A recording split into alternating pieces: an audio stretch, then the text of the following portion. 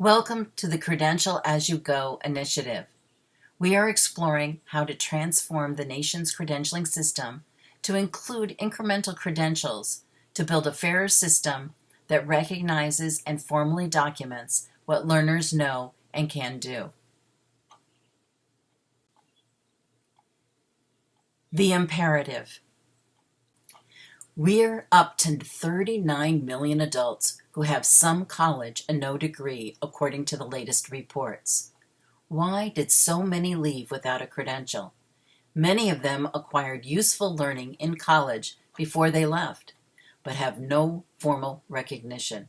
In addition, many learners only take a few courses just to gain additional skills. We hope there are faculty, like the ones in this cartoon, who are asking why we are not credentialing learning as you go. There are 4 key drivers fueling changes needed in our post-secondary system. The first driver is the increasing recognition that the U.S. has a dated 4-tiered degree system of associate, bachelor's, master's, and doctorate degrees. The degree can take long to complete, especially for adults who also need to focus on work, family, and other obligations. Our current system does not recognize partial degrees, and often people without a degree are treated as though they have no learning, hindering employment and further education. Those without a degree have been acquiring knowledge and skills that could potentially have been counted towards shorter-term credentials when they were enrolled in college, but we don't have a system for recognizing this learning. The second driver for change is equity, the lack of fairness in our system.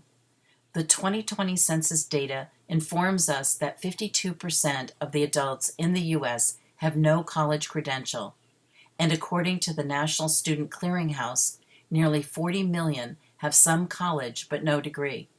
That equates to about 1 in every 6 adults who have some college but no degree.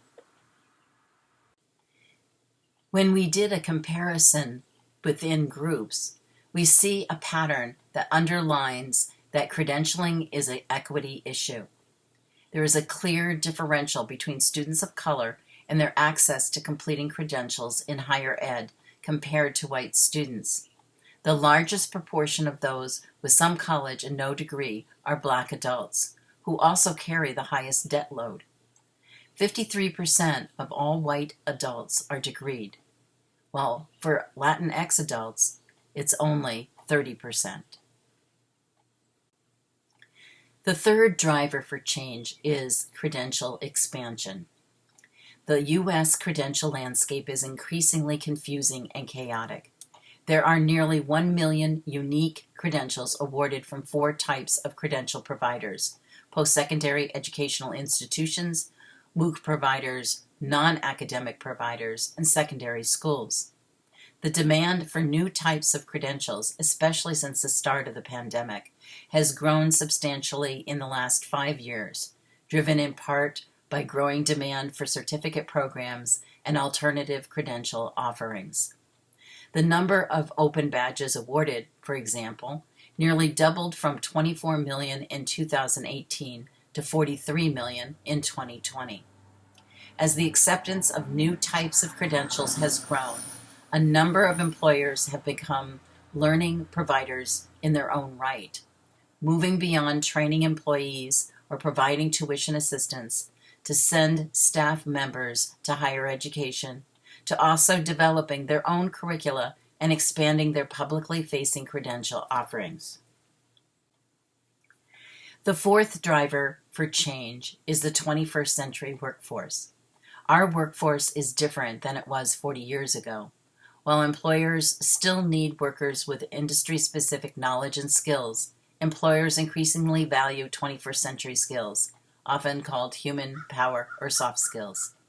Some employers struggle to find workers because the knowledge and skills needed are often not well documented or credentialed, and some workers are finding their knowledge and skills are no longer up to date and may even be obsolete. Clearly, the skills dilemma, what skills are needed, for which industry sectors and job levels and who provides them has important implications for workforce preparation and credentialing.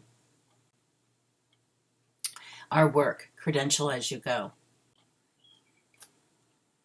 There are 8 bodies of work beneath the Credential as You Go umbrella. The first is rapid prototyping of the incremental credential framework, which we'll describe in another slide. The second is a national campaign to build awareness and support for incremental credentials. The third focuses on developing a strong research base for an incremental credentialing system. We are also providing training and technical assistance to help support institutions and employers in designing and implementing incremental credentials. Making sure we create a more equitable and inclusive system is an imperative to building a fairer credentialing system. Policy changes are needed to support incremental credentialing. We also must think through how to build trust in the quality of the incremental credentials. And we must connect the many related initiatives in the learn and work ecosystem to leverage resources to accomplish real system change. This map depicts our initial 3 rapid prototyping states. There are 21 community colleges in green and universities in black in the Year 1 cohort. We expect that some institutions in Alabama will be joining the cohort in 2023 and other institutions and states to join us in the future. Incremental credentials capture learning as it is acquired along the learning pathway and formally recognizes and connects that learning to a larger context of work and schooling. Incremental credentials can be non-credit or credit-bearing, undergraduate or graduate level, any size from small units of learning up through degrees. We want to make sure that learners are formally recognized for their knowledge and skills and not left without documentation. There are 6 approaches within the Credential as You Go incremental credentialing framework, which is being used to create incremental credentials by participating institutions.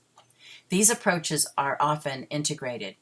We will be discussing the framework in the upcoming conference sessions on curricular development.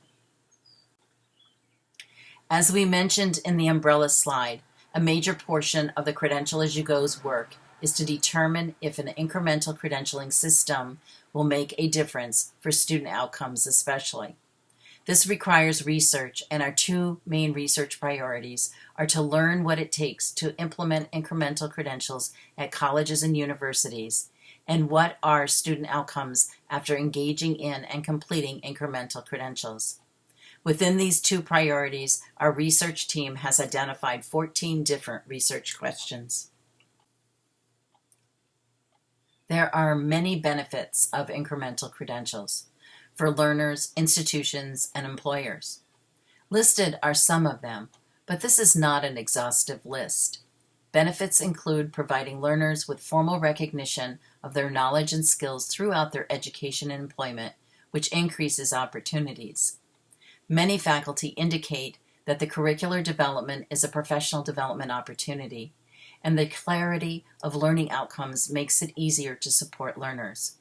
Institutions are able to attract and retain more learners, and employers are able to understand better what a potential employee knows and can do. Overall, incremental credentials can provide a more transparent alignment between academic and workplace learning. A diverse array of credentials at the undergraduate and graduate levels are currently being developed at Cohort 1 institutions. Many of these are being developed in conjunction with industry partners and focus on areas for which levels of credentials align with different job opportunities. In this way, as learners continue to further their education and gain more credentials, they are eligible for the next level employment. We invite you to join us for the remaining mini conferences for the 2022 year. As you can see in this list, we are going to be addressing policy, practices, and processes, and looking at what it takes to build incremental credentials, the communication process, technology, and showcasing the types of credentials that are already being developed. To register, please go to the registration link on our website. Want to learn more? There are many ways to reach us. Please visit our website, www.credentialasyougo.org. Do you have questions or comments? You can email us at info@credentialasyougo.org. Sign up for our newsletter for the latest information. The website has a link for your sign up. And follow us on social media. Thank you so much for joining us today.